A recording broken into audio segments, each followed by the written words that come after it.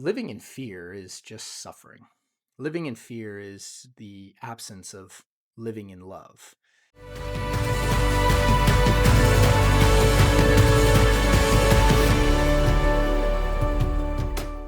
All right. Hey, everyone. Welcome to today's episode where I want to talk about getting honest about fear and your relationship with fear and its impact on your life. So, if we don't know each other, my name's Matt Codde. And as many of you probably know, I've spent years of my life lost in fear. In fact, I spent the earliest years of my life all through school and college just pretty much consumed by it. Even though on the surface I knew how to put out the right persona and the right face and even achieve, various steps along the way, be very highly successful, have great achievements, all that stuff. What I realized is that living in fear is just suffering. Living in fear is the absence of living in love. And when you live from that place, no matter how much you do or how much you achieve, how much you get externally, even if you can make your world as perfect as you think it needs to be so it's in your control, it never quells that suffering. It never quells that pressure. And for a long time, I just ran from it. I didn't know what to do with fear, with lower emotion, with any of this stuff. I always thought it was weak to feel emotion. You shouldn't feel it. You should be stronger than that, right? And eventually, you have to come to a realization in your own life, like I did, when it comes to really transcending fear. And you have to be honest with yourself. You have to say, look, I feel afraid. I feel these emotions that I don't want to feel, that I don't like, that I don't know what to do with. And then you have to be real about how you handle them, right? What do you do when they come up? Do you hide in busyness and work? Do you run to drink or smoke? Do you hide in scrolling and staying busy and consuming content, even if it's really positive content? Do you run off to your vice of gambling or pornography or what have you? What is it that you do to handle this emotional pressure? That is a question that you and only you can answer because a lot of times we can hide in things that look good. We can excessively work out, right? We can consume ourselves, with, like I said, with positive works, self help readings, all this stuff. We can distract ourselves. But at the end of the day, the only person that's experiencing all this, the only thing you're running from is you.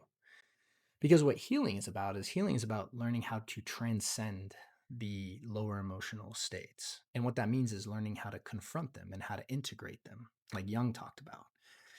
And, as Jung famously said, right, until you make the unconscious conscious, it will run your life and you will call it fate. And this is what I did for a long time. I used to just think this is just how I was, right? This is just the way I was born, right? Brain chemistry, what have you.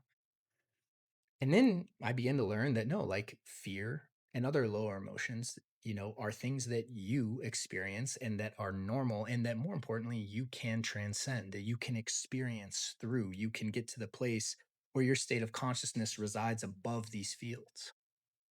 And that's what, when I say getting truthful about fear, it's not just understanding how it impacts your life and the things you do to avoid it, but then also realizing that we need to stop calling it a disease. We need to stop telling ourselves that it's a sickness and that you have these diseases or phobias or, these pathologies that we've labeled when really we're just talking about fear. When you can truly look at fear and confront it and you understand it as a state of consciousness, what happens is it loses its mystique.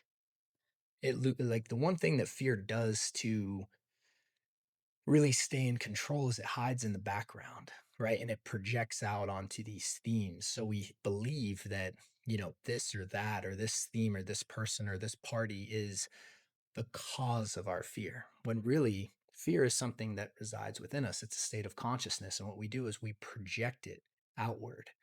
And when you take ownership of fear and you start to realize it resides within you, that's when you reclaim your power. That's when you can take responsibility and say, fear is something that I don't want to run my life.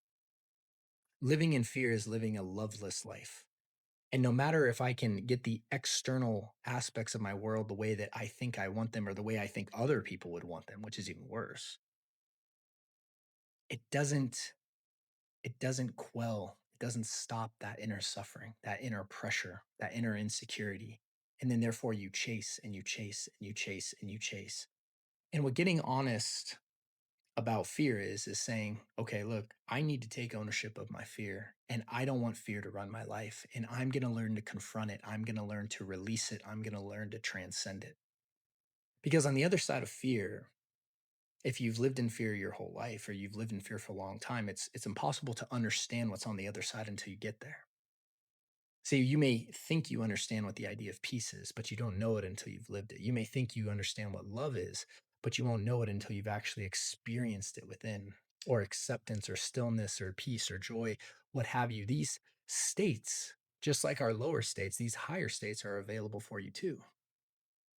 And you don't have to be someone special to learn how to achieve. You don't have to go to some top of some mountain and meditate for 20 years to do that. This is something that any of us can learn. And once we get honest about how fear is impacting us, what we do to escape it, what we do to avoid ourselves, and then more importantly, really get clear that fear is something we all experience and that we all can transcend if you're willing to put in the inner work within yourself. That's when freedom, trust, rest, stillness, peace, joy, love, these things become available to you. And then you're able to bring those into every aspect of your life as opposed to trying to make life a certain way in the hopes that you can achieve it. Took me a long time to realize this.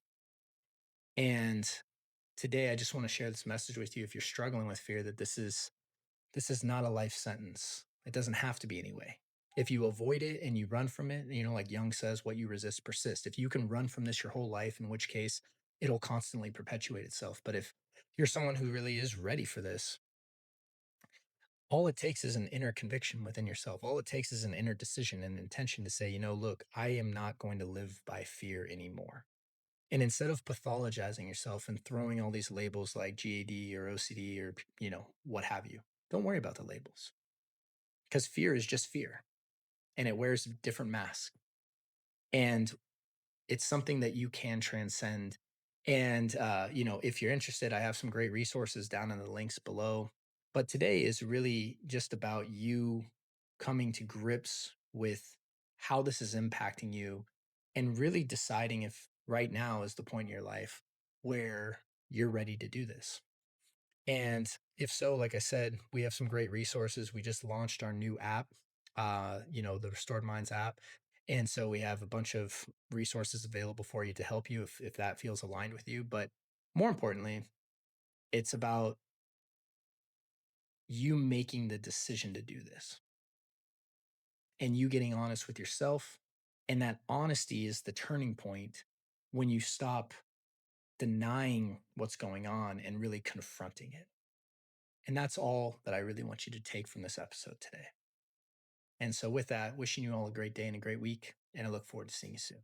Hey there, this is Matt Codde, and I just want to say thank you for taking the time to watch that episode. And if you found it helpful, we have some other episodes available for you as well that we've linked here. And if you're looking for additional resources, I have links down in the notes, or you can head over to restoredminds.com/start to get started with some new free resources that we have available. Thanks so much, and look forward to seeing you soon.